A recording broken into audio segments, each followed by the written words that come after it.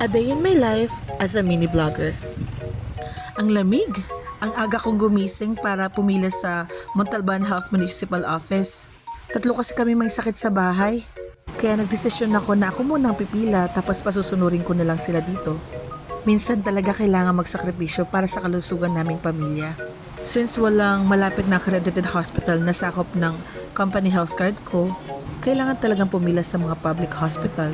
Malaki kasi ang matitipid ko lalo na tatlo kami magpapagamot. Bandang 6:30, pinasunod ko na rin si mama kasi naglilistahan na. Nagantay din kami ng mga 2 oras bago magsimula magtawag yung mga doktor. Kapag nasa public hospital ka, dapat dito wala kang arte. Kasi una sa lahat, wala dito yung aircon, electric fan lang, napakahaba ng pila at kailangan mo talaga magantay sa doktor.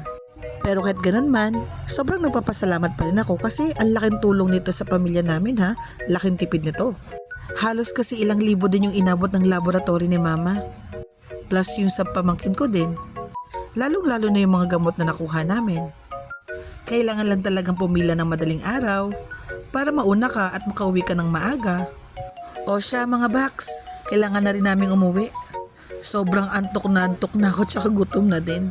Alagaan natin ang kalusugan natin ha. At sobrang dami talaga nagkakasakit sa panahon ngayon. Hanggang sa muli, bye-bye!